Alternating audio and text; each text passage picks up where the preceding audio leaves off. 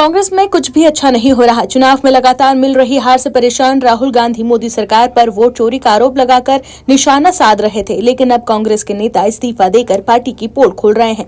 इस बार जो बात बाहर सामने आई है उससे कांग्रेस के लिए कुछ भी कहना मुश्किल हो गया है। हर राज्य में कांग्रेस आपसी कलह से जूझ रही है, लेकिन पार्टी को एकजुट रखने की जगह राहुल गांधी तुष्टीकरण के चक्कर में लगे रहते हैं। उत्तराखंड के मोहम्मद दीपक से मिलने के लिए राहुल गांधी के पास समय है, लेकिन पार्टी के वरिष्ठ नेताओं से मिलने के लिए राहुल गांधी के पास समय नहीं है।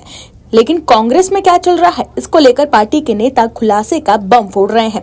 क्या है खबर, बताते हैं आपको इस रिपोर्ट में। हाल के दिनों में कांग्रेस पर सबसे तीखे हमले उसके पॉलिटिकल कॉम्पिटिटर्स की ओर से नहीं, बल्कि उसके अपने सहयोगियों की ओर से हुए हैं। हाल ही में संपन्न हुई राज्यसभा चुनाव में कांग्रेस के भीतर बढ़ती दरार को एक बार फिर उजागर कर दिया है। कांग्रेस के कई विधायकों ने क्रॉस वोटिंग कर पार्टी को झटका दिया। वहीं अब कांग्रेस के नेता खुलेआम पार्टी पर गंभीर आरोप लगा रहे हैं। दर्शकों, हरियाणा में हार के बाद राहुल गांधी ने वोट चोरी का आरोप लगाया था, लेकिन हरियाणा से कांग्रेस के लिए बुरी खबर सामने आई है।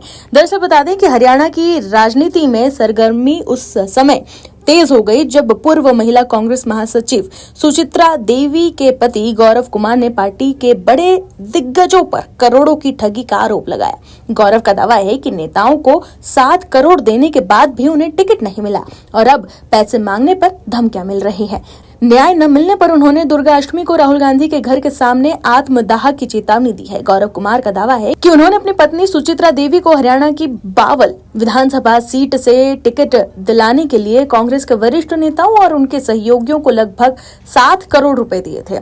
उनका ये भी आरोप है कि न तो उन्हें टिकट मिला और न ही अब उनके पैसे वापस किए जा रहे हैं। गौरव कुमार ने सार्वजनिक रूप से ये भी दावा किया है कि इस लेन देन में केसी वेणुगोपाल और कोडिकुनिल सुरेश सहित कई बड़े चेहरों के नाम जुड़े हैं। उन्होंने सबूत के तौर पर व्हाट्सएप चैट्स और अन्य दस्तावेज दिल्ली पुलिस कमिश्नर को सौंपे हैं और एफआईआर दर्ज करने की मांग भी की है। उन्होंने कहा है कि हमने इस मामले में कई सबूत दिए हैं, इसमें बैंक स्टेटमेंट से लेकर ऑडियो रिकॉर्डिंग शामिल है, लेकिन अब तक कोई कार्रवाई नहीं हुई है। पुलिस कह रही है कि हम जांच करेंगे।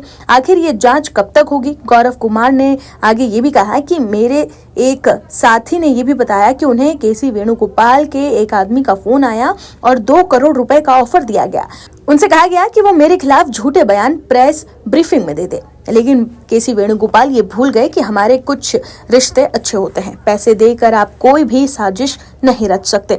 अगर आप मेरे खिलाफ बयान देने के लिए 2 करोड़ दे सकते हैं तो मेरे वो पैसे वापस कर दीजिए जो आपने और कांग्रेस ने टिकट के बदले लिए थे। गौरव ने आरोप ये भी लगाया है कि जब उन्होंने अपने पैसे वापस मांगे तो उन्हें कांग्रेस नेताओं द्वारा विभिन्न माध्यमों से धमकियां दी गई। उन्होंने कहा कि एक आदमी का धमकी भरा मैसेज आया था कि सड़क पर ध्यान से निकला कीजिए, मुझे डराया जा रहा है। उन्होंने ये भी कहा कि अगर उनकी सुनवाई नहीं हुई तो वो अगले दुर्गा अष्टमी को राहुल गांधी के दिल्ली स्थित आवास के सामने आत्मदाह करेंगे। वहीं असम के बिजनी विधानसभा क्षेत्र में एक नया और हैरान कर देने वाला विवाद सामने आया है, जहां कांग्रेस कार्यकर्ताओं ने अपनी ही पार्टी कार्यालय में तोड़फोड़ कर दी। इस दौरान प्रसिद्ध असमिया गायक जुबीन गर्ग की तस्वीर पर भी हमला किया गया, जिसकी चारों ओर कड़ी आलोचना हो रही है। यह घटना बिजनी स्थित ब्लॉक कांग्रेस कमेटी कार्यालय में हुई, जहाँ पार्टी द्वारा इस सीट से उम्मीदवार नहीं उतारने के फैसले के खिलाफ कार्यकर्ता विरोध प्रदर्शन कर रहे थे। स्थानीय कार्यकर्ताओं में इस फैसले को लेकर भारी नाराजगी देखी गई और उन्होंने पार्टी नेतृत्व पर जमीनी कार्यकर्ताओं की अनदेखी का आरोप भी लगाया। प्रत्यक्षदर्शियों के अनुसार विरोध प्रदर्शन अचानक हिंसक हो गया। गुस्साए कार्यकर्ताओं ने कार्यालय परिसर में जमकर तोड़फोड़ की, फर्नीचर को नुकसान पहुंचाया गया और पूरे परिसर में अफरा तफरी का माहौल बना दिया गया। वहीं झारखंड में कांग्रेस के कद्दावर नेता और पूर्व मंत्री योगेंद्र साव को पार्टी से निष्कासित किए जाने के बाद सियासी घमासान तेज हो गया है। इस फैसले के खिलाफ उनकी पुत्री और कांग्रेस के राष्ट्रीय सचिव अंबा प्रसाद ने खुलकर मोर्चा खोल दिया है और प्रदेश नेतृत्व के साथ साथ राज्य की गठबंधन सरकार पर गंभीर आरोप लगा दिए हैं। अंबा प्रसाद ने बागी रुख अपना लिया है।